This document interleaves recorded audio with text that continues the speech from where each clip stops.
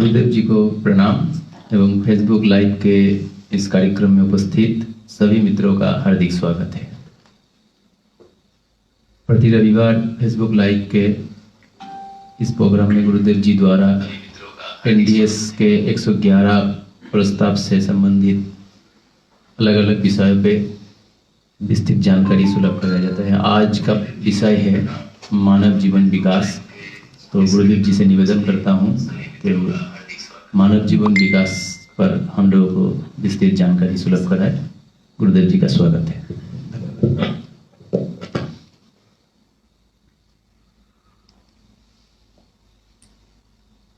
आज पुनः एक भी लाइव कार्यक्रम में आप सभी का स्वागत है। हम सभी जानते हैं कि न्याय धर्म सभा द्वारा न्याय स्थापना अभियान संचालित है। न्याय धर्म सभा के 111 प्रस्ताव न्याय की स्थापना के लिए जारी किए गए हैं। उन 111 न्याय प्रस्तावों में न्याय की सभी मौलिक जरूरतें विद्यमान हैं।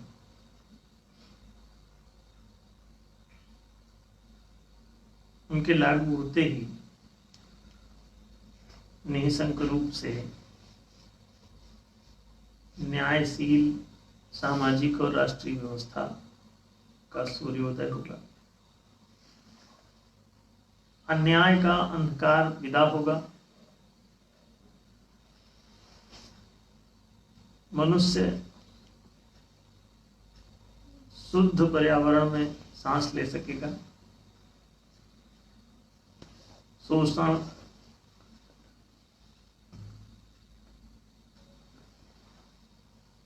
अत्याचार, उपद्रव, आतंक, युद्ध, गरीबी, अशिक्षा, अपराध, तरह तरह की समस्याएं वास्तव में अन्याय जनित ही हैं। न्याय के अभाव में ही अन्याय का अंधकार फैलता है। न्याय का सूर्योदय होते ही अन्याय का अंधकार विदा होने लगता है। न्यायशील व्यवस्था के बिना मानव जीवन खिल भी नहीं पाता।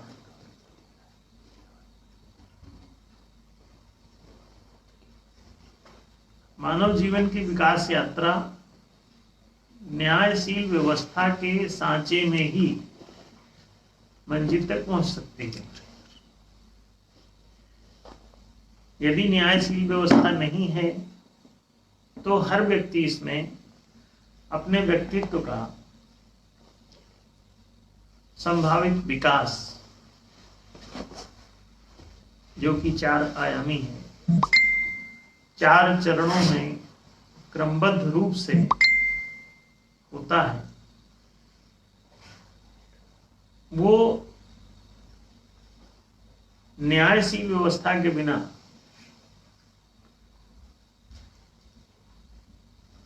सुलभ नहीं हो पाता या संभव नहीं हो पाता। मानवीय व्यक्तित्व के 4 डायमेंशन, 4 आयाम संभावित मात्र हैं कि यदि उन पे काम हो तो वो विकसित हो जाएंगे,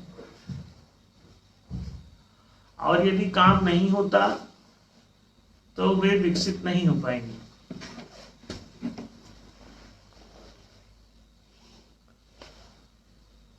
अब यदि व्यवस्था का सांचा ही उपलब्ध ना हो तो व्यक्तित्व का ढांचा शुद्ध कैसे बनेगा, सुविकसित कैसे हो पाएगा, ये विचार का विषय है। आज हम लोग इसी मुद्दे पे बात करने वाले हैं कि मानव जीवन का समग्र विकास 4 आयामी समग्र विकास कैसे संभव होगा, और क्या वास्तव में मनुष्य के विकास के 4 आयाम हैं। अभी तो सारी दुनिया यही मान रही है कि सब एक ही प्रकार के लोग होते हैं, जबकि मानव जो एग्जिस्टेंस है जैविक, ये वास्तव में व्यक्तित्व विकास के पैरामीटर से देखा जाए तो ये पांचजन्य है, और इसे चिर पुरातन भारतीय सभ्यता में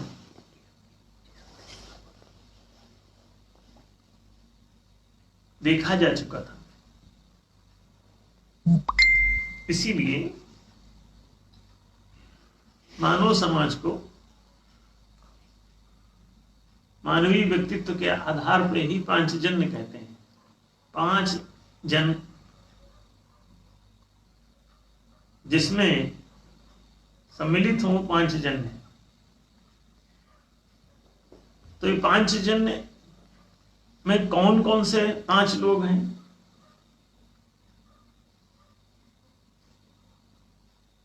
तो इसका भी वर्णन अपने प्राचीन शास्त्रों में मिलता है, सनातन धर्म ग्रंथों में ये मौजूद है। और एक बात और बता दें कि दुनिया के अन्य किसी भी धर्म में इतने ऊंचे दर्जे तक चिंतन गया ही नहीं है, दर्शन उनका काफी अंधा रहा है। सभी धर्मों का उदय तो किसी संप्रदाय विशेष के, किसी समूह विशेष के, किसी प्रकार के लोगों के विरोध में खड़े हुए हैं, विरोध में पैदा भी हुए हैं। कैसे कि जैसे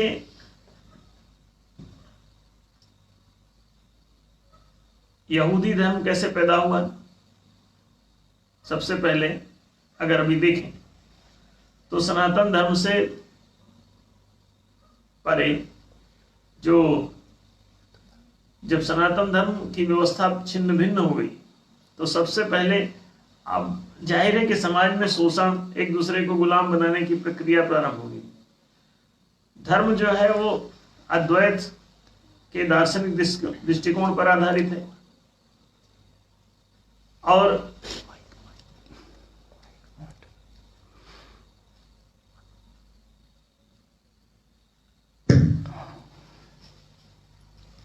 अद्वैत के दार्शनिक दृष्टिकोण पर आधारित होने के कारण धर्म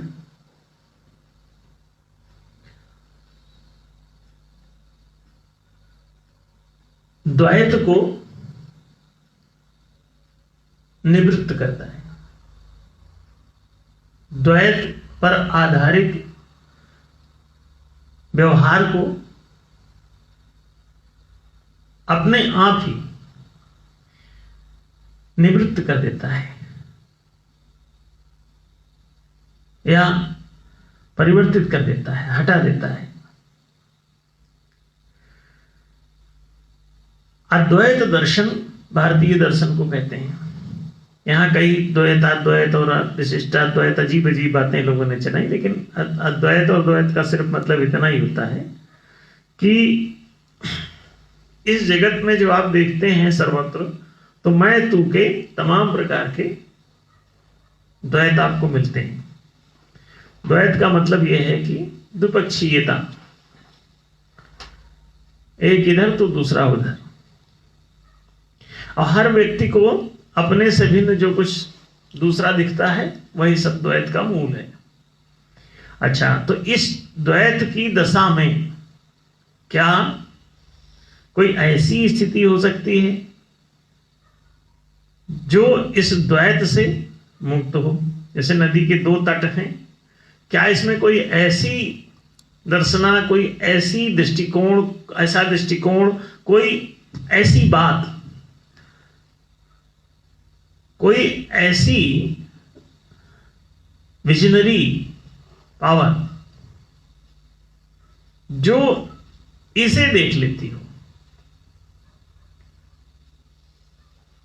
जो नदी के धारे के नीचे से टटोल के देख लेती हो कि ये तट और वो तट, इस पार का तट नदी के और नदी के उस पार का तट, ये दोनों के बीच में नदी के नीचे से एक अद्भुत संयोग है, जोड़ है।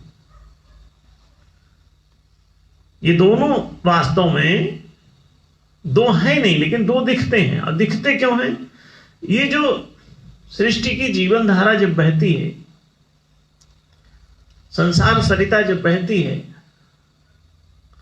तो एक ही जमीन को दो तट में बांट देती है। अब वो बांटती नहीं, ऐसा बंट जाता है। कोई भी चीज सृष्टि में ले आओगे तो उसका आगा पीछा, उसका ऊपर उसका नीचे, उसका दायां तो उसका बायां, ये द्विपक्षीयता अपने आप सृष्टि के अस्तित्व में आते ही ऐसे हालात हो जाएंगे। अब इस हालात में व्यवहार क्या इसी प्रकार से हो?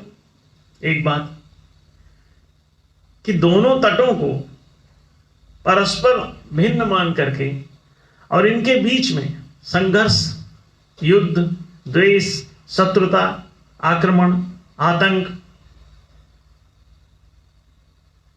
और एक दूसरे के विरुद्ध मारामारी, एक दूसरे के हितों का नाश, एक दूसरे से हर बात की खींचतान, क्या इस व्यवहार को पॉजिटिव मान लिया जाए? और क्या ये जीवन के अनुकूल होगा? क्या ये इस जगत के हितार्थ होगा? क्या इस जगत में सब कुछ नष्ट भ्रष्ट नहीं हो जाएगा? और यदि सब कुछ नष्ट भ्रष्ट ही हो जाना है तो फिर जगत के निर्माण की आवश्यकता क्या है? ये भी बात उतनी ही सच है। तो यहां जो देखने योग्य बात है वो ये है कि इस तमाम द्वितीयता में, तमाम द्वंद्वात्मक स्थितियों में क्या कोई निर्द्वंद्वता की स्थिति, क्या कोई इसमें अद्वैतता की स्थिति है जहां व्यक्ति द्वंद्वातीत हो जाता है, जहां व्यक्ति द्वंद्वातीत दार्शनिक दृष्टिकोण को प्राप्त हो जाता है? क्या ऐसी कोई बोध की दशा, क्या ऐसी कोई ज्ञान की दशा, क्या ऐसी कोई शोध अनुसंधान के परिणाम की दशा कोई आती है क्या कि किसी शोध के बाद, किसी निष्कर्ष के बाद आप ऐसे विवेचन पर पहुंचते हैं, ऐसे निष्कर्ष पर पहुंचते हैं, ऐसी अंतिम बात पर पहुंचते हैं जहां आप दोनों तटों के बीच एक अद्भुत अद्वैत दशा देख पाते हैं? धारा को टटोल के जो देखना जानता है, जो अच्छा कोई गोताखोर हो, वो डूब के उसमें नीचे टटोलता चला जाए तो धारा रही भी आए, सिर्फ बोध ही तो करना है। तो नीचे धारा बहने तो धारा मिटा के ही देखना कोई जरूरी नहीं कि जब दुनिया मिट जाएगी तब तुमको समझ, सारे घड़े फोड़ डालेगा कुम्हार तब उसको समझ में आएगा कि मिट्टी के बने। चूरा बनाने के बाद, चूरा बनाने के पहले ही बुद्धि से समझ लो इसे, माने सर्वनाश से पहले ही अगर इसे समझ लो तो सर्वनाश क्यों होगा? महामारी महायुद्ध से बच जाओगे, नहीं तो कभी कोरोना खा जाएगा, कभी आपसी संघर्ष। एक ही चीज पर दो लोग कब्जा करना चाहते हो, वो भी कहता है कश्मीर हमारा है, वो भी कहता है कश्मीर हमारा है। तो ये क्यों नहीं कह देते हो कि कश्मीर सबका है और तुम भी सबके हो और हम भी सबके हैं, हमारा भी सब कुछ सबका है और तुम्हारा भी सब कुछ सबका है? अब आओ बात करें, क्या ऐसा कोई दृष्टिकोण हो सकता है? क्या ऐसा कोई दृष्टिकोण हो सकता है कि जो ये आपको साबित कर दे कि सबका मालिक एक ही नहीं बल्कि ये सारा जगत एक है और इसके मालिक सब हैं?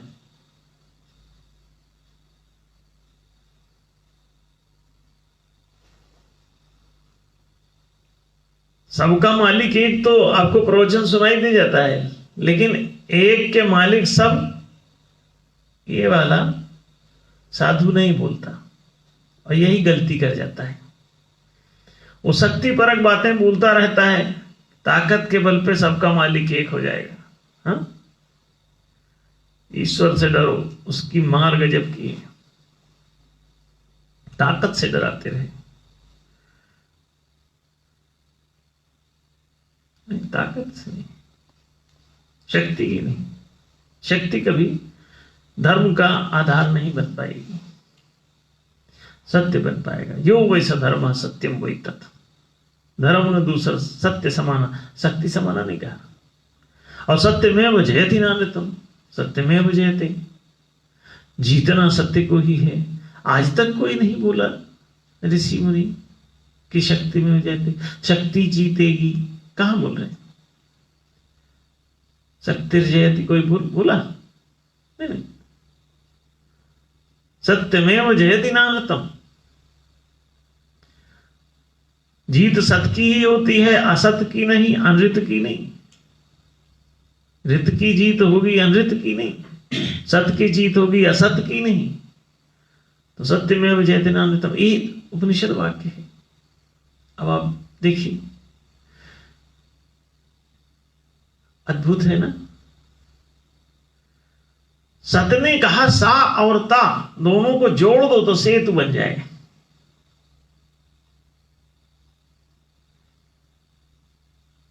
एक अद्भुत सेतु जो इस तट को इस तट से जोड़ देता है, धारा भी बहती रहती है और जुड़ भी जाता है। तो एक संबंध सेतु, विश्व बंधुत्व और वसुधैव कुटुंबकम का उद्घोष की धारा बहने दो, धारा नष्ट करके मत देखो। सारे घड़े को तोड़ डालोगे तो मिट्टी तो मिल जाएगी, लेकिन तोड़ने के बाद समझोगे या तोड़ने से पहले समझ लो तो ज्यादा अच्छा है। और सब घड़े बने भी रहे और व्यवहार ऐसा हो कि सबका अस्तित्व रहा है और सब सत्य के अनुकूल व्यवहृत हो, सबके अस्तित्व की सममूल्यवत्ता हो, सबके हितों की समुचित प्रतिष्ठा हो। तो अगर ऐसा हो जाए तो इस समुचित हितों के निर्णय को ही तो न्याय कहते हैं। समुचित हित निर्णय ही न्याय। समुचित हितों के लिए सहमत व्यक्तियों का समूह ही तो समाज है। और अगर ये परिभाषा युक्त समाज नहीं है तो फिर बाकी जंगल है। तो आप जंगल में मंगल की आशा मत करो। जंगल राज को मंगल राज की ओर ले जाना है तो आपको न्याय नीति अपनानी होगी, न्यायशील बनाना होगा अपनी राजनीति को। राजकीय नियमों, नीतियों, निर्णयों को न्यायशील बनाना होगा। विधायिका, मंत्रिका, न्यायिका को न्यायशील बनाना होगा। विधान, मंत्रणा, न्याय को न्यायशील बनाना होगा। ये जो क्रिया है आपकी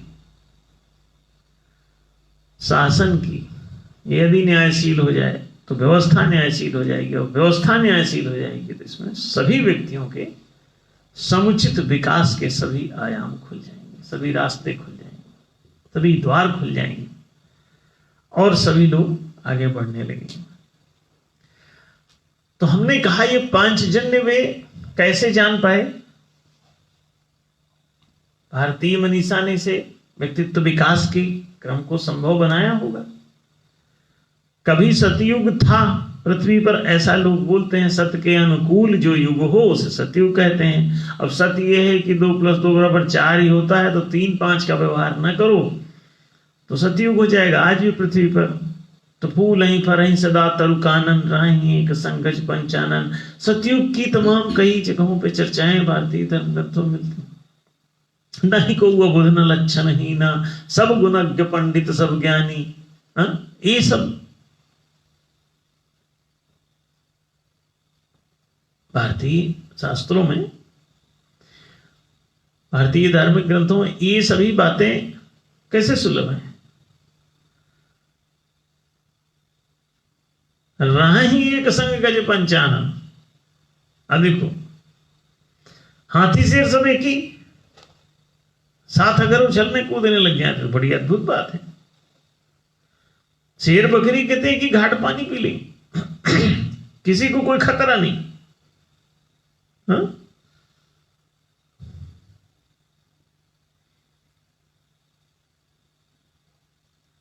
तो लोग सोचते होंगे कि यार ये घोड़ा अगर घास से दोस्ती करेगा तो खाएगा क्या, शेर अगर बकरी से दोस्ती करेगा तो खाएगा क्या? हाँ? प्रेम जाग जाएगा तो खाएंगे क्या? नहीं, एक दूसरे के हितों का नाश कभी भी तुमको सुंदर जीवन नहीं देगा। जंगल में पशु व्यक्तियों से प्रभावित रहते हैं।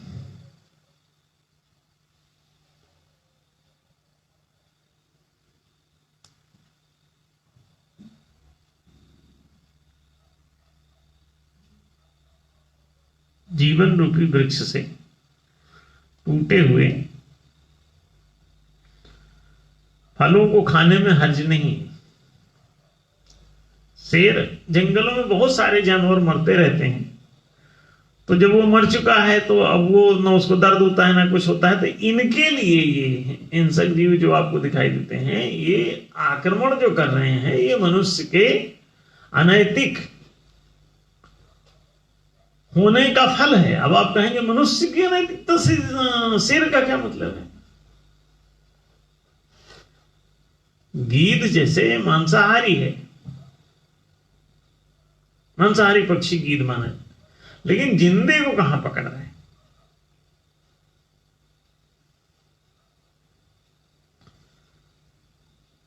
जिंदे आदमी के पीछे भाग के उसे चोंच मार के गिरा ले और खा जाए। हाँ? जिंदे जानवर को चोंच मार के गिरा ले खा जाए, एक तो ये तरीका है, और दूसरा ये है कि जंगल में सफाई।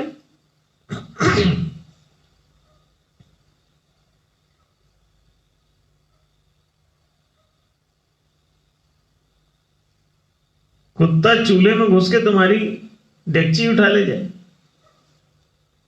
तुम्हारा प्रेशर कुकर उठा ले जाए, तो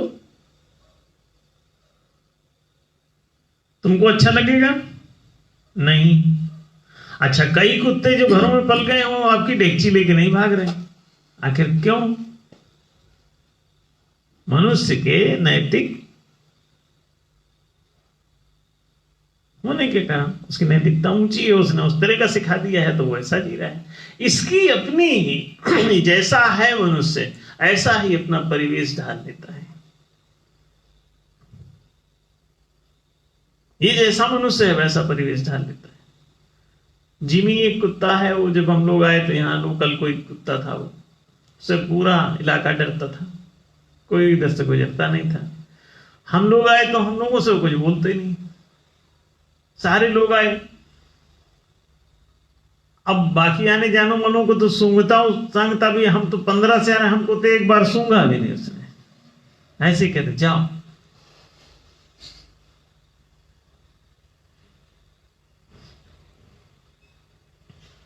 हमको तो दूर से देख के परमिट कर देता है।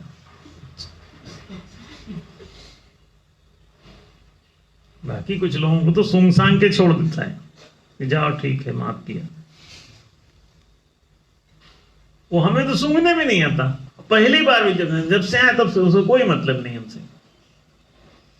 और बाकी आम आदमी जब निकलता है तो उस भारी मुसीबत है। तो उसका ऐसा हाल क्यों है? क्या वो आदमी पहचानता है सबको?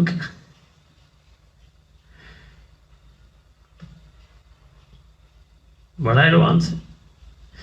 आप सबकी नैतिकता का प्रभाव है, आप सबकी अच्छाई का प्रभाव है। वो पहचानने लगता कि किसको काटना है, किसको नहीं काटना है। आप लोग जैसे जैसे ठीक होते जाओगे वैसे वैसे आपका परिवेश ठीक होने लगेगा। ये पर्यावरण है सब। कुत्ता, बिल्ली, खरगोश, चूहा, तमाशेबाजी, नौटंकी, ये सब धीरे धीरे धीरे धीरे पूरा हवा, पानी, आंधी, तूफान सब ये धीरे धीरे आपके अनुकूल होने लगे। शुरू शुरू में जब हम लोग इधर आए तो सब चीज प्रतिकूल था, पूरे इलाके में सब कुछ प्रतिकूल था। और धीरे धीरे धीरे धीरे अभी जैसे जैसे हम लोग यहाँ वातावरण सुंदर बनाते जा रहे, अच्छे लोगों का यहाँ जैसे जैसे विकास होता जा रहा है, तो वैसे वैसे इसके चारों तरफ का पर्यावरण अपने आप ठीक, चोर उचक्के मेहनती होने लगे, काहिल काम चोर लोग परिश्रमी होने लगे। देखो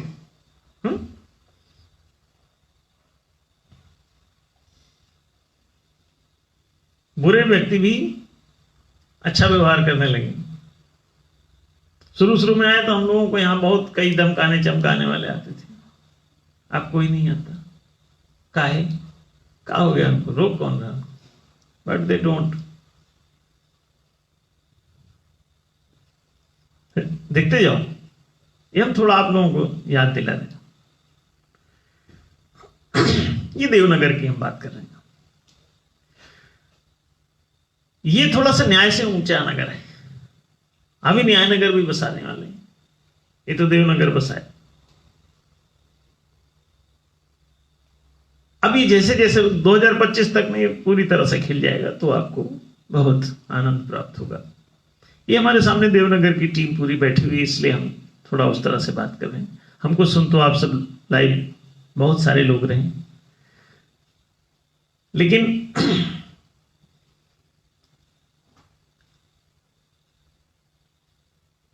हम लोग यहां बैठ के इस कार्यक्रम को, कि हम अभी देवनगर में हैं तो यहां से ही संचालित करेंगे अभी लाइव प्रोग्राम। यहां इसके पास ही न्यायनगर की स्थापना का भी कार्यक्रम शुरू किया जाने वाला है। जो काम राजनीतिक रूप से होता है उस काम को सामाजिक रूप से भी आप कर सकते हो। सरकार को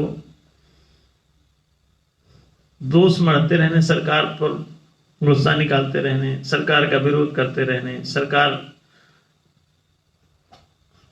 से भीख मांगते रहने से बात नहीं बनेगी। तो कैसे बनेगी? ये सामाजिक रूप से भी हो सकता। आप चंद लोग अपना एक न्याय का समाज बना लो, और न्याय का समाज, अगर आप न्याय प्रिय हो तो आपके सभी दुख दूर हो जाएंगे। और न्याय मौलिक रूप से व्यवस्था में सिर्फ दो ही चीजें ठीक से कर दे। प्रथम दो बातें, शिक्षा रोजगार की, व्यक्तित्व का विकास प्रथम, दूसरा विकसित व्यक्तित्व के अनुकूल आपके कर्म पद और संपदा पर स्वामित्व का निर्णय। कर्म पद संपदा की सुलभता, संसाधन की सुलभता, रोजगार की सुलभता, तो व्यक्तित्व का विकास नंबर 1। और सेकेंड तदनुकूल, माने विकसित व्यक्तित्व के अनुकूल। जितना जिसका विकसित है, जिस कर्म पद संपदा के होगे उसका आप परीक्षण करें, टेस्ट लें और उसको उस कर्म पद संपदा पर प्रतिष्ठित कर दें। वो रोजगार युक्त हो जाएगा। रोजगार युक्त होते ही उसके आय का साधन क्रिएट हो जाएगा। अपने विकसित व्यक्तित्व के अनुसार वो स्वतः क्रियाशील हो जाएगा। आपको कुछ धमकाने की जरूरत नहीं कि काम नहीं करोगे तनख्वाह काट देंगे। जो जैसा सहज स्वाभाविक रहता है, बिल्ली को म्याऊं करने के लिए धमकाने की जरूरत नहीं कि नहीं म्याऊं करोगे तो तुम्हारी तनख्वाह काट, नहीं, वो दिन भर म्याऊं म्याऊं बिना धमकी के ही करेंगे। कर्माणि प्रविभक्तानि स्वभाव प्रोफाइल गुण, स्वाभाविक रूप से प्रभावशील गुणों को जांचो, देखो और तदनुकूल कर्मों का विभाजन कर दो, उसको वितरित करके कर्म को उसको उसका अधिकार दे दो। तो क्या होगा? वो स्वभावतः ही उस कर्म को करता रहता है। जो जिस योग्य होता है उस कर्म को स्वतः करते रहता है, उसको धमकाने चमकाने की आवश्यकता नहीं रह जाती। तो व्यक्तित्व का विकास, उसके अनुकूल कर्म पद संपदा की सुलभता, माने शिक्षा और रोजगार, ये दो चीजें मोटा मोटा विद्यार्थी जो जीवन है व्यक्तित्व के विकास का जीवन है। स्कूल जब खुलता है, शिक्षालय विद्यालय खुलता है, तो उसमें आपके लिए व्यक्तित्व के सारे विकास के, इसलिए 25 वर्षीय विद्यार्थी जीवन, 25 साल में समग्र विकास यात्रा आपकी पूरी हो जाती है। और कितना विकास आपका हुआ, जितना आप परिश्रम कर पाएंगे, स्वतः अवसर आपको पूरे मिलने चाहिए और परिश्रम आपको करना होता है। क्लास में जैसे सभी बच्चे बैठेंगे, लेकिन जो जितना परिश्रमी होगा, जितना परिश्रम करेगा, जितना अटेंशन देगा, ध्यान से पढ़ेगा, उतना ज्यादा वो अधिक शिक्षित होगा, उतने अधिक नंबर लाएगा टेस्ट में। तो personality development is up to you कि आप कैसे विकसित कर सकते हैं, लेकिन समुचित व्यवस्था में ही आपके परिश्रम का कोई मूल्य है। जैसे एक आदमी को आप बैंक में मैनेजर नियुक्ति ना करो, उसकी व्यवस्था ही ना दो, तो वो कैसे बहुत अच्छा उस पोस्ट पे काम करके देगा। तो व्यवस्था is required, the system is required, system must be available there. If the system is not available, system is not established, then you can do nothing. मनुष्य जो है अपने विकास को भी नहीं कर सकता if the system is not established. The system is the basic requirement. सांचा पहली जरूरत है मूर्ति ढालने के लिए, सांचा पहली जरूरत। आपके व्यक्तित्व की जो मूर्ति है वो आपकी शुद्ध व्यवस्था के सांचे में ही ढलेगी। एक न्यायशील व्यवस्था हो जिसमें आपके व्यक्तित्व के विकास के अनुकूल चीजें सुलभ कराई जाए। अब आप परिश्रम कीजिए, और विद्यालय ही ना हो तो आप विद्यालय में परिश्रम कैसे करेंगे? किताब ही ना दी जाए तो आप पढ़ेंगे कैसे? शिक्षक ही ना दिया जाए तो आप पढ़ेंगे किससे? देख लें, स्कूल की ही व्यवस्था नहीं दी जाए तो आप पढ़ने कहां जाएंगे? तो व्यवस्था जरूरी है, शिक्षा व्यवस्था जरूरी है। एक न्यायशील शिक्षा व्यवस्था आपको पहले चाहिए, देन आपका परिश्रम आपको ऊंचा उठाएगा। और व्यवस्था नहीं है तो परिश्रम कितना भी कर लो, कुछ ऊंचा ऊंचा नहीं उठोगे। व्यवस्था, द सिस्टम इज रिक्वायर्ड। तो ये 4 आयामी व्यक्तित्व कैसे विकसित होगा?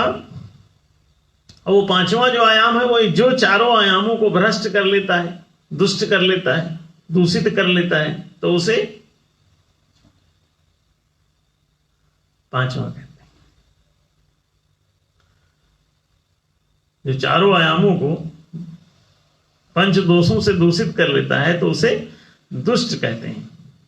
वो न शारीरिक दशा में रह जाता है, न मानसिक, न भावनात्मक, न चेतनात्मक। उसकी क्रिया शक्ति, उसकी विचार शक्ति माने कल्पना शक्ति, और उसकी इच्छा शक्ति माने भाव शक्ति, और उसकी चिद शक्ति यानी विवेक, ये सब ठंडे पड़ जाते हैं, सब दूषित हो जाते हैं, सब बेकार हो जाते हैं, सब काले पड़ जाते हैं। तो ये जब किसी काम के नहीं रह जाते, इंद्रिय, मन, प्राण, आत्मा चारों ही अपभ्रष्ट हो गए, पतित हो गए, तो इसे कहते हैं 5वां। तो पंचमो निषादा, 4 शारीरिक दशा में जो था उसको प्राचीन काल में शूद्र, जो मानसिक दशा में हुआ उसको वैश्य, जो भावनात्मक छाती की दशा में हुआ वो क्षत्रिय, और जो चेतनात्मक विवेक की दशा में हुआ उसे ब्राह्मण कहते हैं, प्राचीन वर्ण व्यवस्था के अनुसार। आज की जाति व्यवस्था जो है वो वर्ण व्यवस्था नहीं है, वर्ण व्यवस्था सतयुग में थी। तब कोई भी व्यक्ति किसी भी वर्ण में विकसित होकर के जा सकता था। जाति व्यवस्था में ये ऐसा मकान हो गया है जिसमें न ऊपर चढ़ने की सीढ़ी है, न घुसने का कोई दरवाजा। तो देखिए, एक ऐसा मकान चाहिए जिसमें घुसने का द्वार भी हो कि कोई भी इस धर्म में आ सके, और दूसरा चढ़ने का सीढ़ी भी हो, चढ़ने के लिए सीढ़ी भी हो, घुसने को दरवाजा और चढ़ने को सीढ़ी।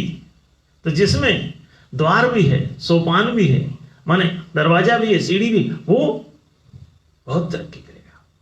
तो we are establishing again this Sanatan Dharma, सतयुगीन Sanatan Dharma with its door and stair. अब इसमें द्वार भी होगा, इसमें सीढ़ी भी होगी, इसमें घुस भी सकेगा कोई भी और ऊपर भी चढ़ सकेगा। तो जाति वंशवाद के जाल में आप फंस करके और उसी में डबरा बन गए, सड़ गया आपका व्यक्तित्व, प्रवाह नष्ट हो गया जीवन का। तो नदी का पानी रुक जाता है तो सड़ने लगता है, तालाब का पानी शुद्ध नहीं रह जाता, लेकिन नदी का पानी लगातार प्रवाहमान रहने के कारण, गतिशील रहने के कारण पवित्र बना रहता है। तो पवित्रता का कारण गतिशीलता भी है। नदी ठीक से गति होती रहे तो गंदा से गंदा नाला भी आगे बहते बहते धीरे धीरे साफ होने लगता है। अद्भुत है। और भरा रह जाए तो शुद्ध पानी भर दो, वो सड़ जाता है।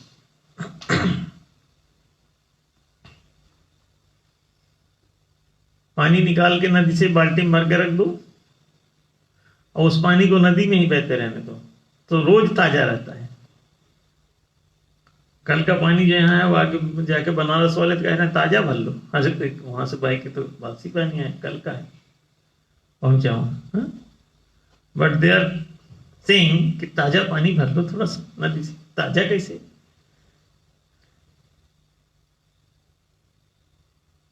वही पानी को बाल्टी में तो ये बासी हो जाता है। ताजा बासी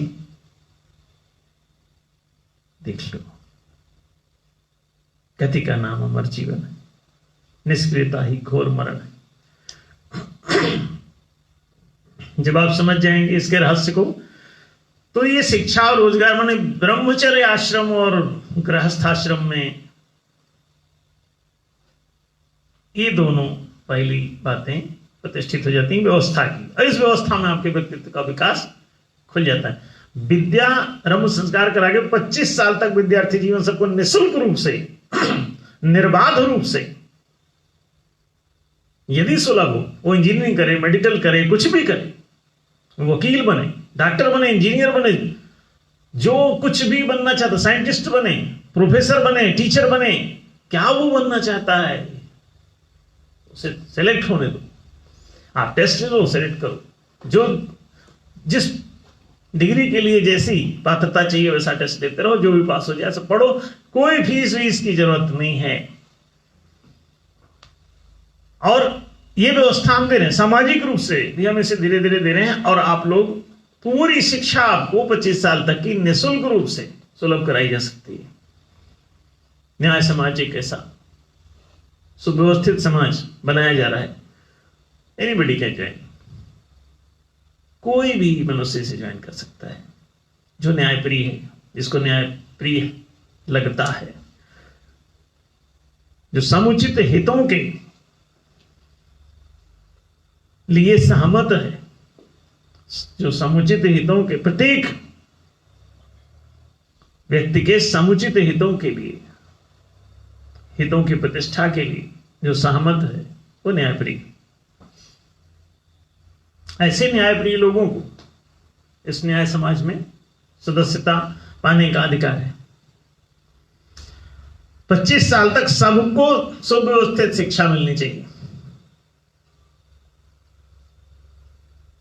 पूरी शिक्षा निर्बाध रूप से, निःशुल्क रूप से, बीच में फेल भी नहीं करना है किसी को। ध्यान रखें, अपने न्याय समाज की शिक्षा व्यवस्था में कोई फेल नहीं किया जाएगा। सबको जो जितना पढ़ेगा मार्कशीट उसको दी जाएगी, और पूरी तरह से सदा एक मार्कशीट के अनुरूप उसके साथ व्यवहार होगा। उसमें आप मार्कशीट अपनी बना सकते हो, चाहे 25% की कैटेगरी बनो, चाहे 33 और 66 और से आगे ऐसी बना लो, कोई भी कैटेगरी से चुन सकते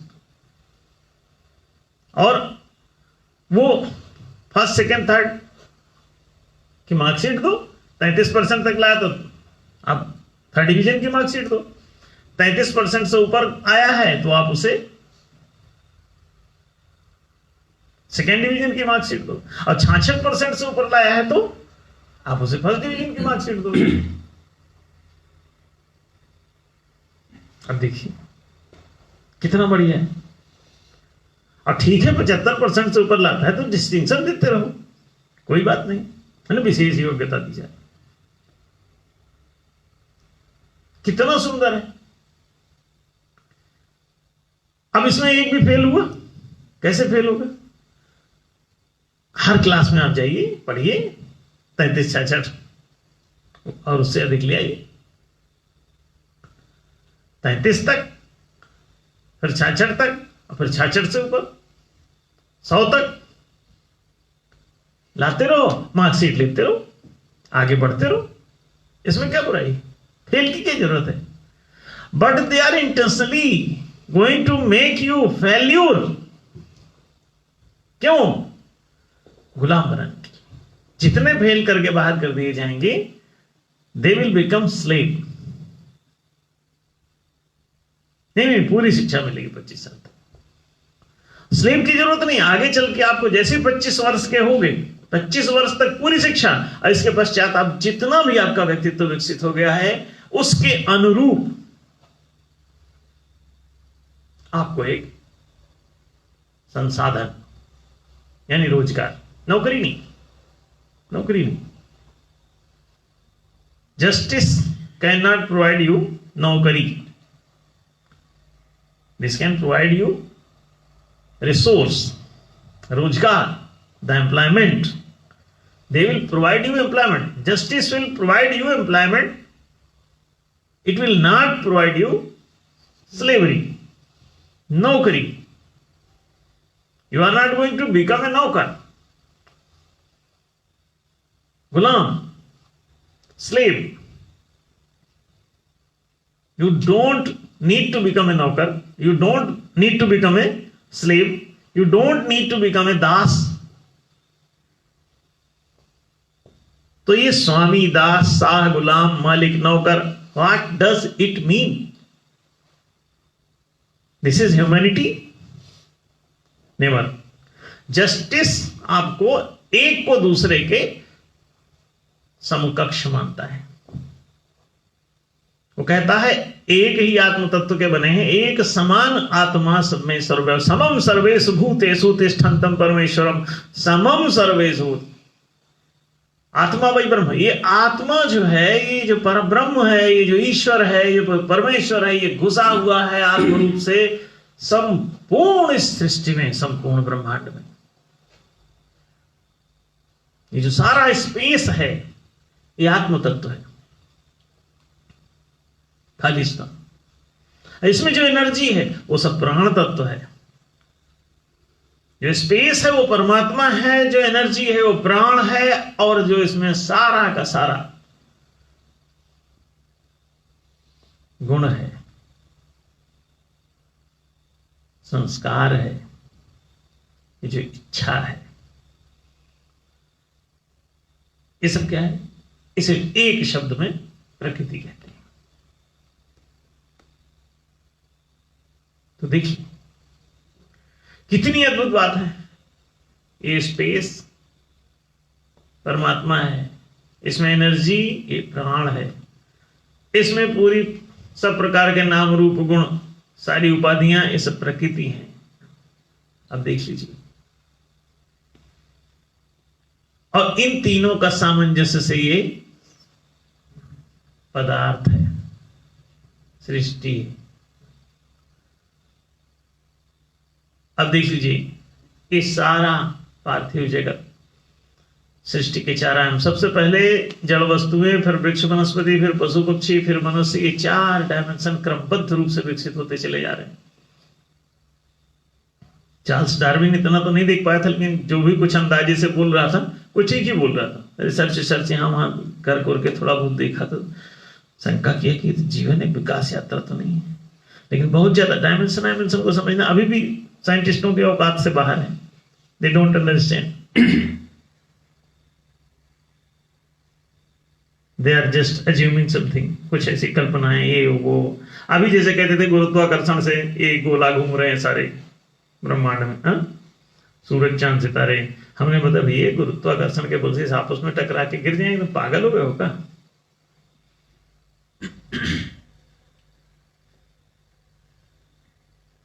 केवल गुरुत्वाकर्षण का बल लगा दो, ले लो अच्छा 8-10 लड्डू। हम कब से बोल रहे हैं, ये साइंटिस्ट तुम्हारे अदब अगले। और ये तो हम बहुत दिनों से बोल रहे हैं कि सारी थ्योरी, अधिकांश थ्योरी साइंटिस्टों की गलत ही हैं, बट दे आर डूइंग।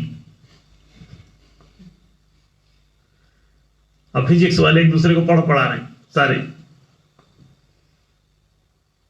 और अधिकांश गलत है बातें उनकी। उनका बिग बैंग थ्योरी उलपटांग लिए बैठे हैं, वो सोच रहे हैं सही है। कब से हम बोल रहे हैं ऐसे कि फालतू का बात है इनका। और अभी साइंटिस्टों ने ही खोज के बताया कि जिस डेट से डिसाइड किए थे कि जिस पीरियड से कि यहाँ इतने काल पहले बिग बैंग हुआ था और सृष्टि हुआ था, फिर अभी रिसर्च बता दिया कि उसके पहले भी सृष्टि मौजूद थी। अब हो गया, थ्योरी पिट गई। अब इस बात को हम बहुत दिनों से कह रहे थे, अब खुद अपनी थ्योरी खुद पीट रहे हैं। तो इससे अच्छा है कि ज्यादातर तो हमसे ही बातें पूछ लिया करें तो इनका गुजारा हो जाए। लेकिन बेईमान इतने हैं कि सही बात हमसे पूछेंगे तो सही सही जवाब इनको मिलेगा, और सही जवाब मिलेगा तो भागे भागे फिरेंगे। क्यों? सत्य का अनुसरण ही कर नहीं सकते। ये तो विज्ञान भी जो खोज रहे हैं सत्य के लिए नहीं खोज रहे हैं। सत्य जो जो पता चलता है उसे डोमिनेट करते जाते हैं, दबाते जाते, उसे आगे आने नहीं देते। और जो जो शक्ति पता चलती है उसे आते पावर जयकाल। हाँ, देखा था डॉक्टर जयकाल, साइंटिस्ट है वो। द पावर, एक ही चीज की खोज है उसकी, the power. They don't say the truth. अभी एक बाबा है आजकल, जग्गी बाबा, वो बता रहा है तो सही है क्या, यूथ फॉर ट्रूथ, पता नहीं क्या है सर, कोई चला रहा कार्यक्रम। अब लगे हैं तो पगले उसके पीछे बहुत सारे,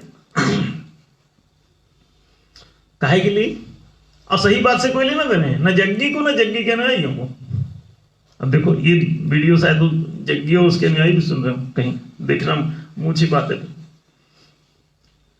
सही बात से ना उनको कोई मतलब है, और ना सही बात से उनके अनुयायियों को मतलब है।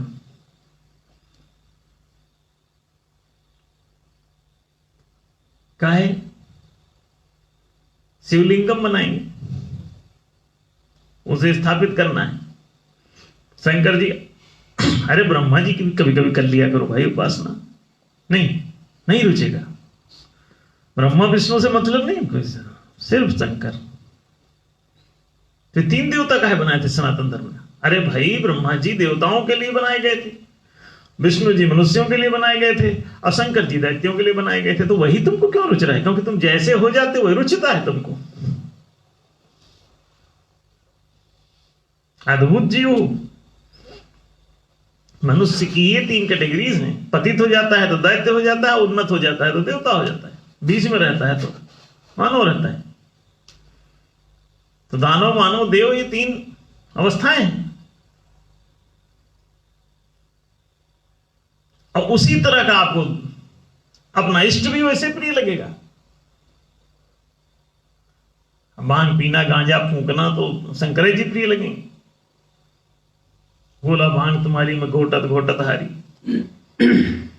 तो लोग उसी में भी ये सारी दुनिया में देखो, फिर भी जिसको उपासना की स्वतंत्रता है, जिसको जो पूजना पूजे, बड़ी अच्छी बात है। अब जिसको जो अच्छा लगता है वो करे, बस ये है कि उससे पहचान लिया करो कौन क्या है।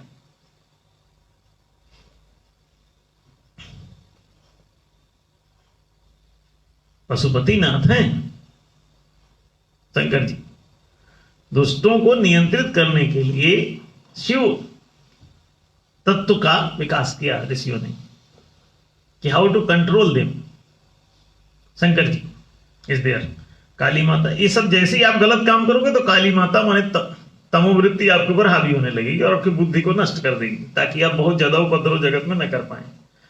तो काली की उपासना उनको सिखाई जाती है। काली और महाकाल माने शंकर जी और उनकी पत्नी, इनकी उपासना इसलिए सिखाई जाती है ताकि आपकी बुद्धि को नष्ट कर दें। अगर आप अधिक बुद्धिमान और आप अपराधी किस्म के हैं तो आपको पकड़ना ही मुश्किल हो जाएगा पुलिस को।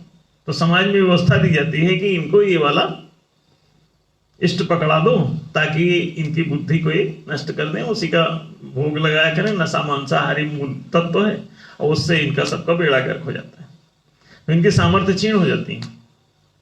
अब मुस्लिम 100% प्राय मांसाहारी हो गए।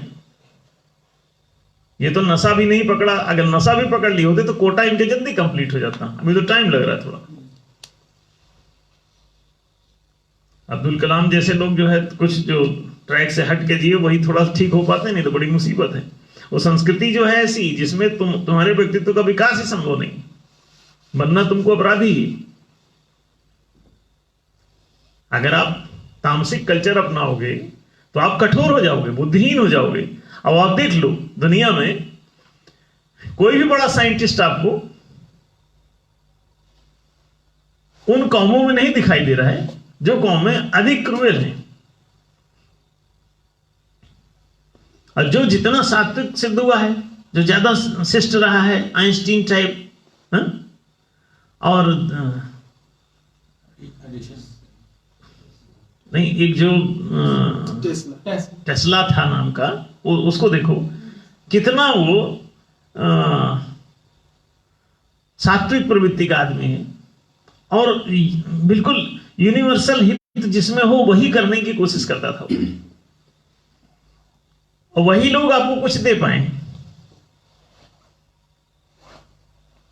जिनका खान पान रहन सहन कुछ ठीक हुआ, या जितनी मात्रा में वो अपने आप को उस गलत खान पान से ऊपर उठा पाए। आज भी अधिकांश जो शाकाहारी लोग हैं वही साइंटिफिक फील्ड में सब कुछ कर पा रहे हैं। चाइनीज 100% मांसाहारी, तो वहां पर कोई वैज्ञानिक भी नहीं बन पा रहा है। वो नकल मार मार के ही वो उसी को डुप्लीकेसी कर रहे हैं कि कोई किसी ने कुछ बनाया है, 2-3 बैटरी बना दी है तो उनको आए खोल खाल डाले और एक चौथे प्रकार की अपनी उसी को देख के नकल मार। तो ये सब नकल चोर है। ओरिजिनली कोई ऐसी चीज बना के दिखाओ, और उसके लिए तुमको बहुत सात्विक होना पड़ेगा, उतना प्रबुद्ध होना पड़ेगा। और जितने तुम तामसिक और अपराधी प्रवृत्ति के हो जाओगे, आक्रामक प्रवृत्ति के हो जाओगे, उतनी बुद्धि काम कम करेगी, बहुत घटती जाएगी बुद्धि। तो ये समझ लो कि आपको संस्कृति अपनी अच्छी बनानी पड़ेगी, साफ कपड़े पहनने पड़ेंगे, नहाना धोना पड़ेगा, मलिनता, म्लेच्छता, क्रूरता, क्रुएलिटी, ये सब आपको छोड़नी पड़ेगी। अगर आप अधिक प्रबुद्ध होना चाहते हैं तो आपको ये सब छोड़ना पड़ेगा। और देखो इस्लामिक लोग भी जो जितने सात्विक हो गए होंगे अब्दुल कलाम टाइप के, उतना ज्यादा अच्छा वो उनका परफॉर्मेंस, उतना ज्यादा प्रबुद्ध है ना, देख रहे हैं सब। तो जो मुस्लिम लोग भी ऐसे सुधरेंगे, सांस्कृतिक परिवर्तन करेंगे, वो लोग कल्चर ऊंचा उठते ही वो ऊंचे उठने लगे, उनका व्यक्तित्व ऊंचा उठने लगेगा। संस्कृति संस्कार देती है, तामसिक संस्कार दे देगी अगर तामसिक संस्कृति अपनाओगे तो।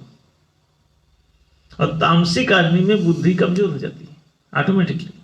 आप बहुत नशा पियो, बहुत बुद्धिमान नहीं रह जाओगे। आप नशा पीते जाओ पीते जाओ पीते जाओ, आपकी बुद्धि कम हो जाएगी।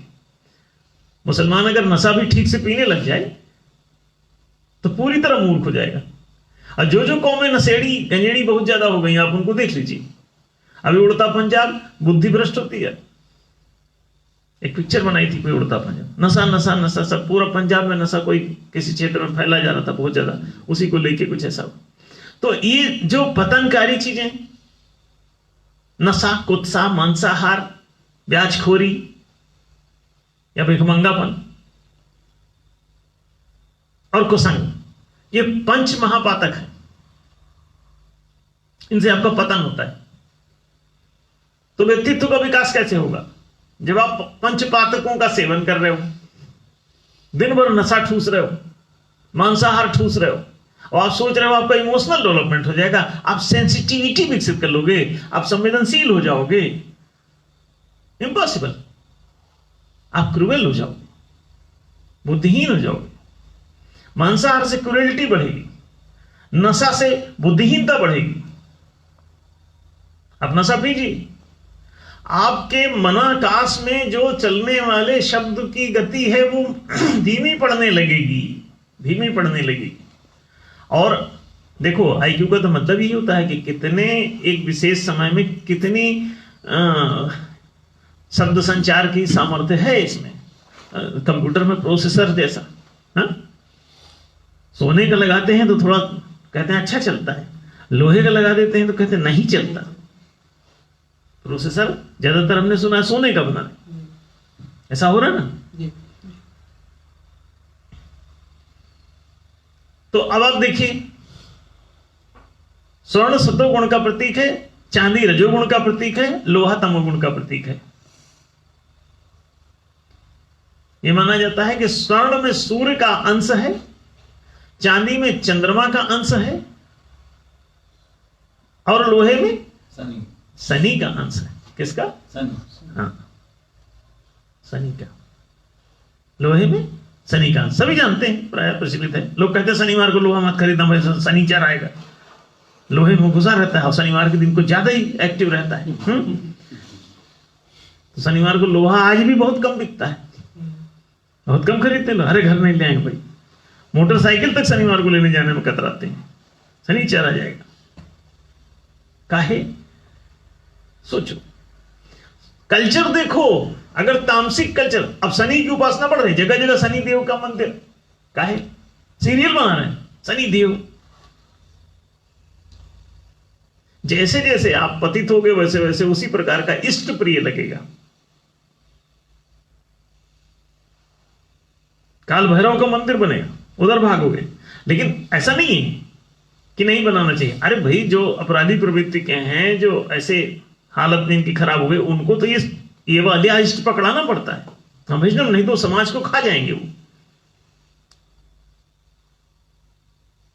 असुरों को अगर इनकी उपासना ना सिखाई जाए, काली और महाकाल की, तो वो खा जाएंगे भैया पूरे जगत को। तो उनको नशा मांसाहार ये सब कराया जाता ताकि उनकी बुद्धि भ्रष्ट हो जाए और उनका हृदय नष्ट हो जाए। बहुत श्रद्धालु प्रवृत्ति करें तो कुछ भी धारणा कर लेंगे और मुसीबत होगी। तो इनका दिल कठोर करो, कठोर हो जाएगा तो श्रद्धा उद्धा मर जाएगी, तो कोई धारणा शक्ति वीक हो जाएगी, तो इनके सभी सेंटर्स को समाप्त किया जा रहा होता है उसके जरिए। वो जरूरी भी है। अपराधी के अगर सेंटर सब हाई फाई हो और फर्ज करो कि उसकी आत्म केंद्र ही उसका विकसित हो, तो अपराधी हो, हाँ, चौथा डायमेंशन हो कि उसके देखने मात्र से धरती हिल जाती हो, तो चलत दसानन डोलत होनी। जितना ज्यादा फिर उतना तगड़ी बदमाशी करेगा वो। अगर ज्यादा ही सेंटर ऊंचे दर्जे काम कर रहे हैं तो आप पुलिस पकड़ तक ना पाएगी, इतना सातिर होगा वो। और नशा ठूस के पिलवाओ। हमने सुना है कि जितने भी अपराधी लंबे समय तक टिके हैं वो नशा बेचते रहे लेकिन नशा पीते नहीं थे। चालाक क्यों? वो जानते हैं कि इससे क्या होता है, तो दूसरे को तो पिलाते थे लेकिन खुद नहीं पीते थे। तो अब आप समझ लीजिए कि कल्चर बिगड़ेगी तो आप बिगड़ जाएंगे, आपका व्यक्तित्व बिगड़ जाएगा, आपका स्वभाव खराब हो जाएगा। कल्चर से स्वभाव का निर्माण होता है। भावनात्मक तत्व कल्चर के द्वारा ही बनता है या बिगड़ता है। तो आप समझ लें। और ये 6-6 साल में होता है। शुरू में हमने 25 साल विद्यार्थी जो जीवन घोषित है सनातन धर्म के ब्रह्मचर्य आश्रम के अनुसार। हिंदू धर्म में कुछ नहीं, हिंदू धर्म सनातन धर्म नहीं। अभी जो चल रहा है इसमें सनातन का कोई लक्षण नहीं, ये सब नष्ट कर चुके हैं हमसे। सनातन धर्म तो सत्य प्रेम न्याय पुण्य पर आधारित होता है। चारि चरण धर्म जगमाही व्यापी रहा कमुनि वघनाही चतुष्पात सकलो धर्म सत्यम चैव कृते युगे। अगर सत्य तक चारों चरण विद्यमान हो, सत्य प्रेम न्याय पुण्य पूरे, तो सत्ययुग आ जाता है। कहां चारों चरण? हिंदू धर्म में कोई चरण है? हिंदू धर्म में कहीं न्याय है? हिंदू समाज में नहीं, और किसी समाज में नहीं। तो हिंदू का अच्छा, हिंदू से ही लड़के अन्याय जिनके साथ हो, भाग भाग के दूसरा कोई मुस्लिम हुआ, कोई सिख हुआ, कोई ईसाई हुआ, ऐसे बनते चले गए। अनेक संप्रदाय बना डाले, इसी से भाग के बनाए और जाके वहां यही करने लगे। अन्याय से भागे और जाके अन्याय करने लगे वहां। अरे भैया, अगर तुम जिस चीज से भाग रहे हो जाके अगर नहीं, जिस कढ़ैया से कूदा मेढक उसी प्रकार की दूसरी कढ़ैया में जाके लौट गया।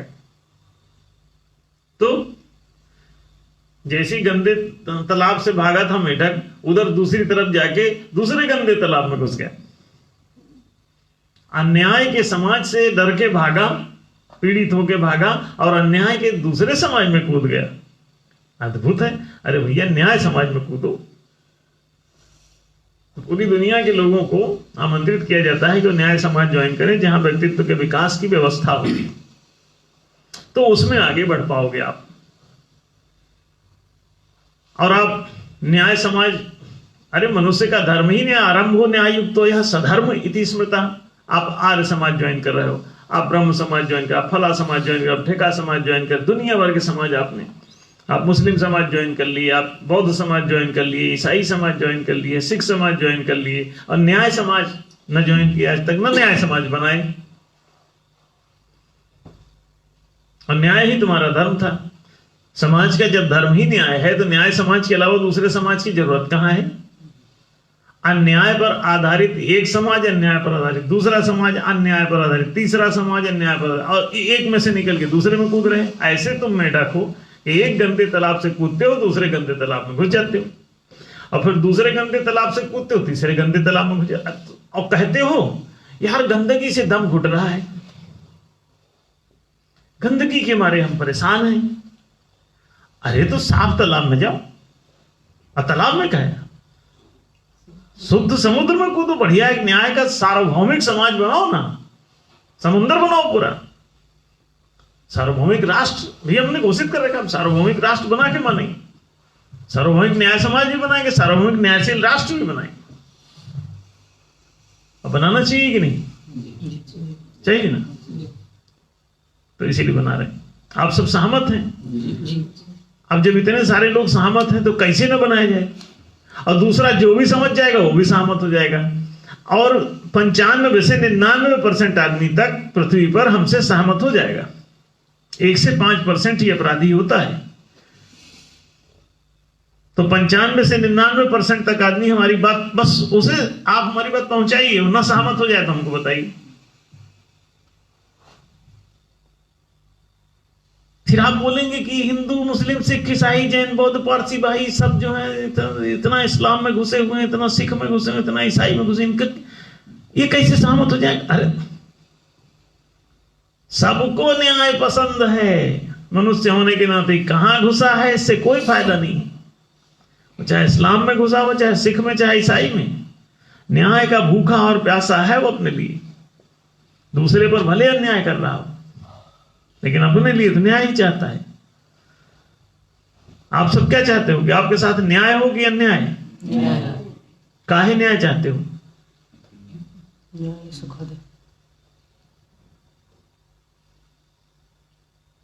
और आपके साथ अन्याय होने लगे, कोई आपकी दोनों टांग उठा के उल्टी कर दे, आपको सिर नीचे, हाँ, और नाली में ऐसे ऐसे करें, तो आप पसंद करेंगे? यही ना कहेंगे भाई आपके साथ अन्याय हो रहा है, बचाओ बचाओ। नहीं, तो अन्याय किसी को पसंद नहीं है अपने लिए, लेकिन दूसरे को कर रहे हैं, दूसरों को उल्टा लटका रहे हैं। तो कौन लटका रहा है? वही 1 से 5% जो खराब हो गए घड़े, बिगड़ी हुई ब्रह्मा जी की औलादें, जो शंकर जी के अनुयायी हो गए, पशु तुल्य। तो हर पशु एक दूसरे को उल्टा टांग रहा है, देख लो इसमें कौन सी बात है? मनुष्य आके इसको समझ जाता है, उचित अनुचित, सही गलत, न्याय अन्याय, क्योंकि ये बुद्धिमान प्राणी है। अब जो नहीं समझ रहा तो वह समझ के वो भी पशु ही है। दूसरों को देखते ही भौंकता है, दूसरों के अधिकार छीनता है, दूसरों के बच्चों को ले जाके अपने बच्चे को खिलाता है। उस सुना था ना अपने गीत वाली कथा, एक है हमारी बहुत लंबी कविता, कि वो अपने उसके लोमड़ के बच्चे को उठा लेता है, हाँ? और ले जाके नोच नोच के अपने बच्चों को खिलाता है, कोटर में बैठ के। अपने क्वार्टर में। हाँ?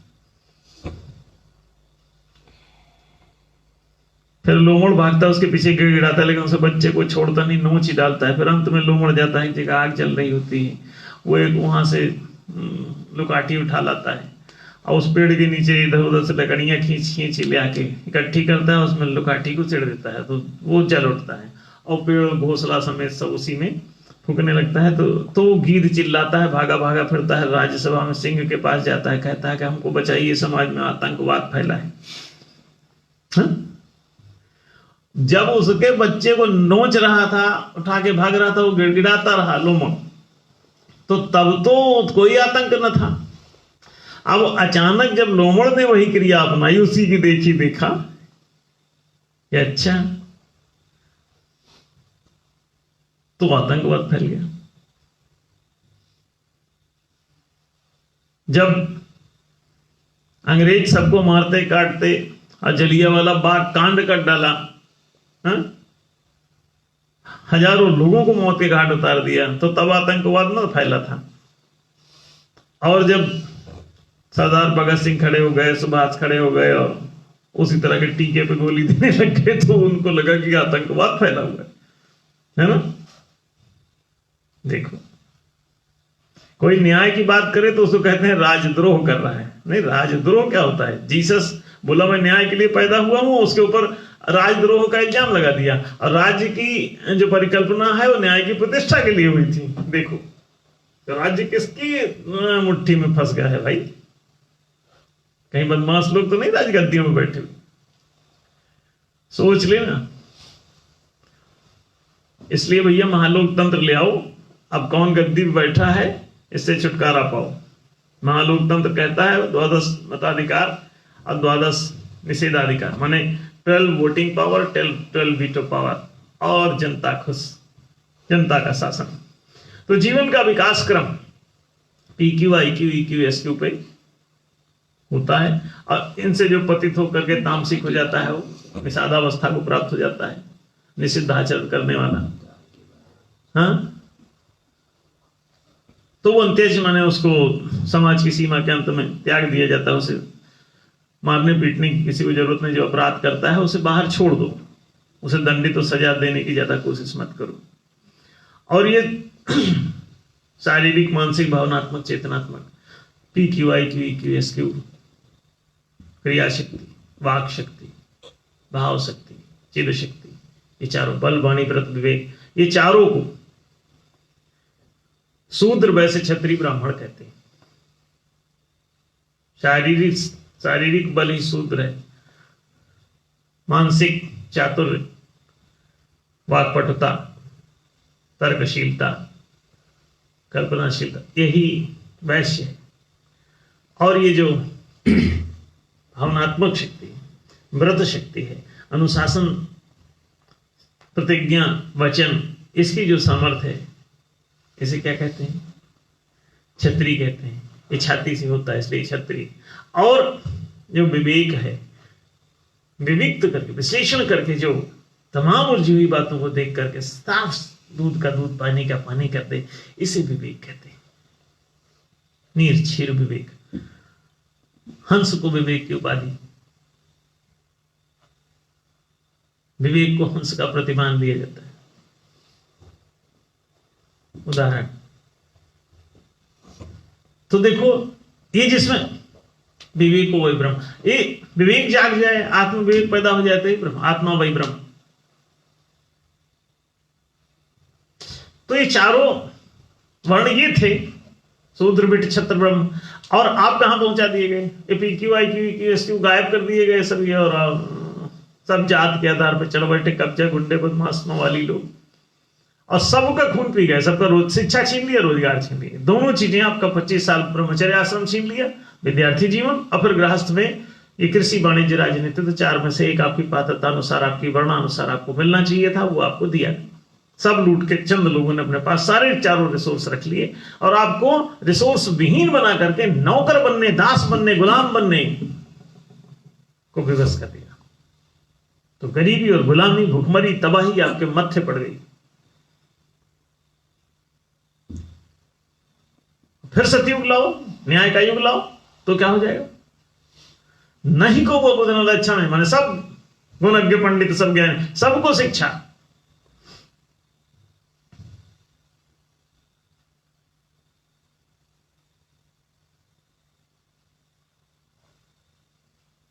सबको रोजगार। तो अगर ये ऐसा हो जाए तो जीवन धन्य हो जाएगा। आप लोग समझ सकते हैं कि आपके विकास के लिए ये दोनों 25 साल तक पहले ब्रह्मचर्य आश्रम, 6-6 साल में चारों ये विकसित होते हैं, और कि फिर उसके अनुसार ही चारों कृषि, वाणिज्य, राजनीतिक, एक कर्मपद संपदा का मालिक बना दिया जाता है आपको, और आपके सारी जिंदगी की समस्याएं खत्म हो जाती है। आपको फिर कोई ट्रांसेंडेंटल मेडिटेशन और डायनामिक मेडिटेशन, नौटंकी और आसन, प्राणायाम, व्यायाम, तमाशा, अनुलोम विलोम, पेट खिलाओ, पेट फुलाओ, उल्टे लटको, नहीं, इन सब चीजों की जरूरत है। आपको शिक्षा की जरूरत है, रोजगार की जरूरत है। ब्रह्मचर्य आश्रम, गृहस्थ आश्रम, दिस इज कॉल्ड सनातन धर्म। तो यू नीड योर सनातन शाश्वत धर्म, शिक्षा और रोजगार का। बट वो 1 से 5% आदमी वो आपको देने के लिए राजी नहीं, क्योंकि वो अपराधी है, वो क्रिमिनल है। The criminals can not provide you education and employment.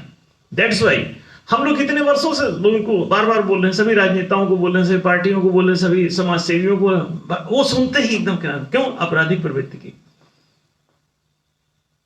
अन्यायी है। अगर कभी भी कोई न्यायशील न्यायालय बनेगा तो ये सब अपराधी सिद्ध होंगे और सब जेल जाएंगे, क्योंकि दूसरों के साथ अन्याय करना ही अपराध है। और ये कर रहे हैं, खुलेआम कर रहे हैं। एवरीबडी नोज इट कि they are unjust with you.